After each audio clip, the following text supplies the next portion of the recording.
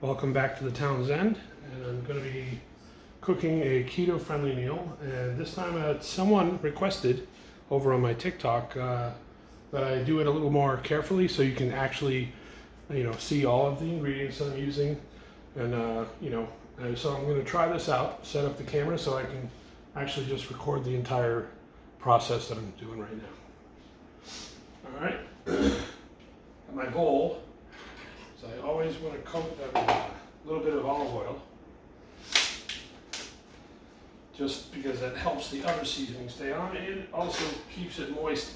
If I end up cooking it a little over, it won't dry out as a result. So yeah, always look for the deals. There's 50 cents off per pound there. All right, so got my bowl, olive oil.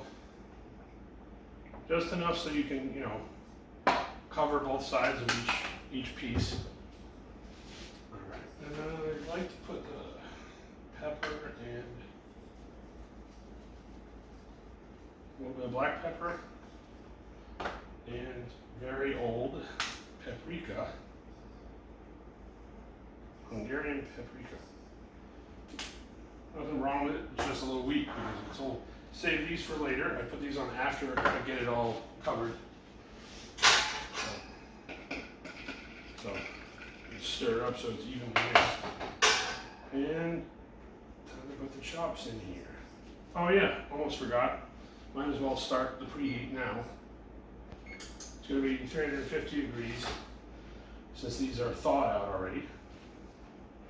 So 350 degrees for 30 minutes is probably enough, but it doesn't hurt to put it in for an extra 10 minutes. That's why I like that, because I can cook them a little more thoroughly, and the olive oil keeps them from drying out. And they're still good. There we go. All right. I promise someday I'll learn how to edit film. Edit the videos so I can actually have a little more polished video upload and put together even the when I'm done cooking the final show of the food. I don't have to do it in a separate short or something. I can actually edit it together someday. Not really my strong suit though. I know there's tools there for it on my computer, but I do not actually know how to do it. I don't want to ruin something by just trying and guessing. I'll figure it out eventually. Maybe when I actually take a vacation from my day job, long enough to have a couple days to goof around with it. Going through a little more than I thought. All right, so there we go. These are bone in, by the way, the pork chops with the bone on them, see? Ooh. Yeah. All right, get off the fork, Bernie. That's good. Oof. All right.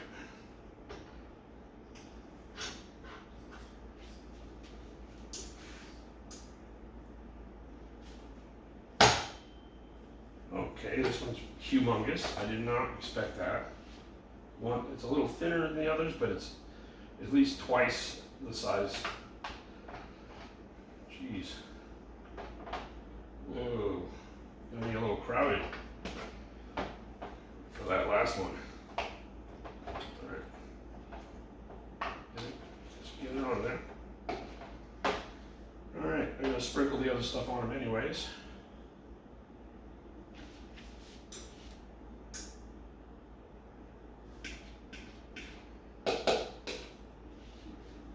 Sick with you.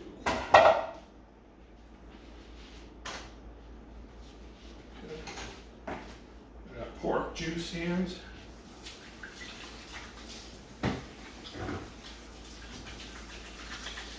All right. Where did I put that paper towel?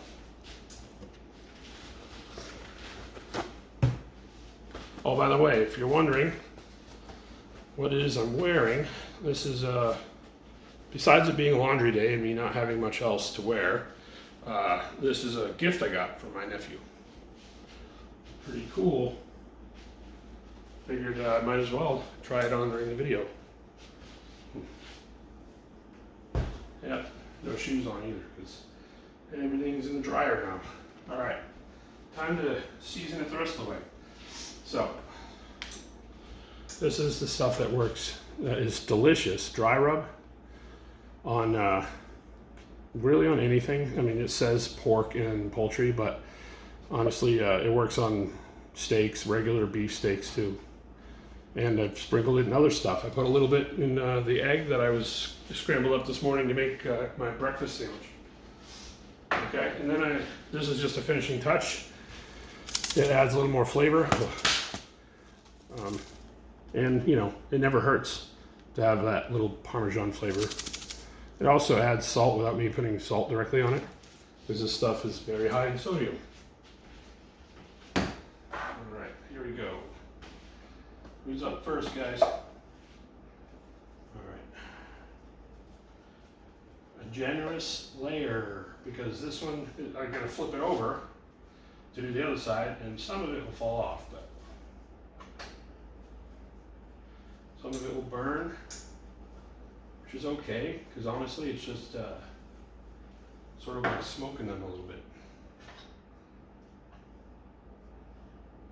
All right, come on, cooperate.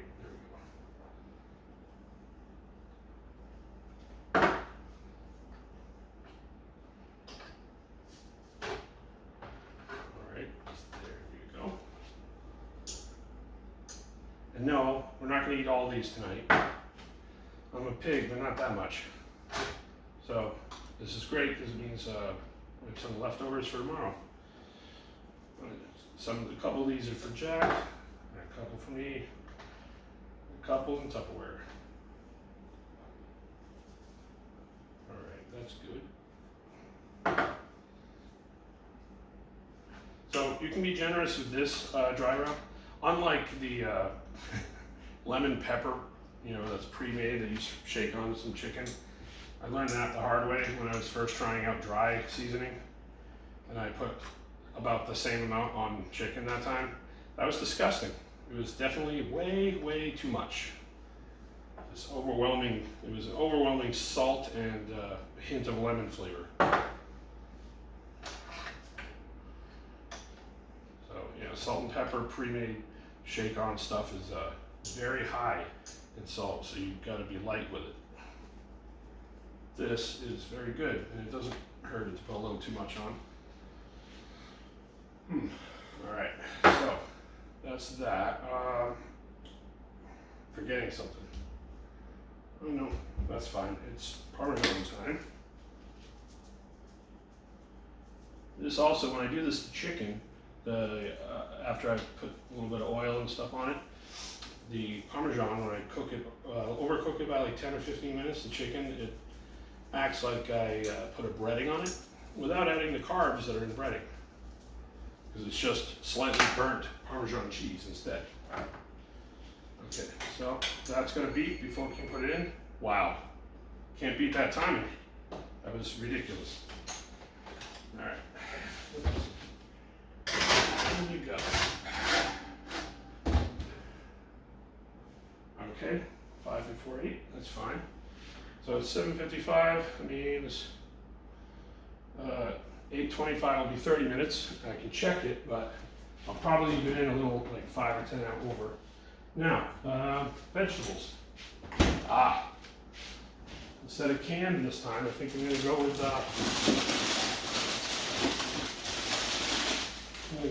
with, some frozen in some case. Hot broccoli for me, and green beans for the brat. Now, this is great. Better for me than the canned ones.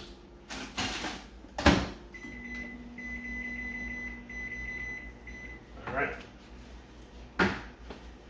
Use Tupperware to heat up Jack's serving of vegetables.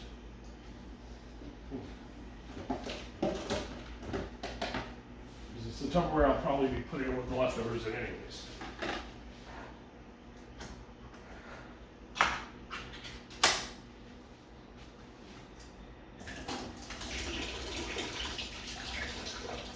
And I usually drink the water in the can, I know. A little odd, but it tastes good. Green beans. Shake in about half of them. Put a little bit of parm, salt and pepper on them.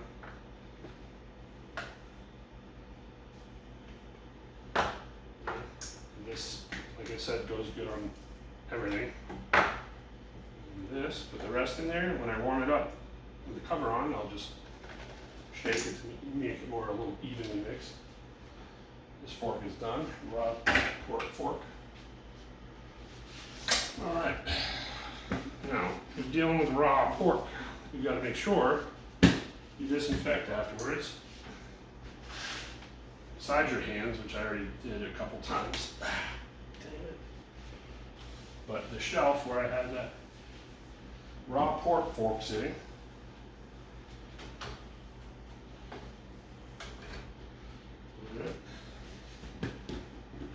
anything else you touch before you wash your hands, basically. You gotta make sure you don't want to be making a sandwich tomorrow, accidentally give yourself food poisoning.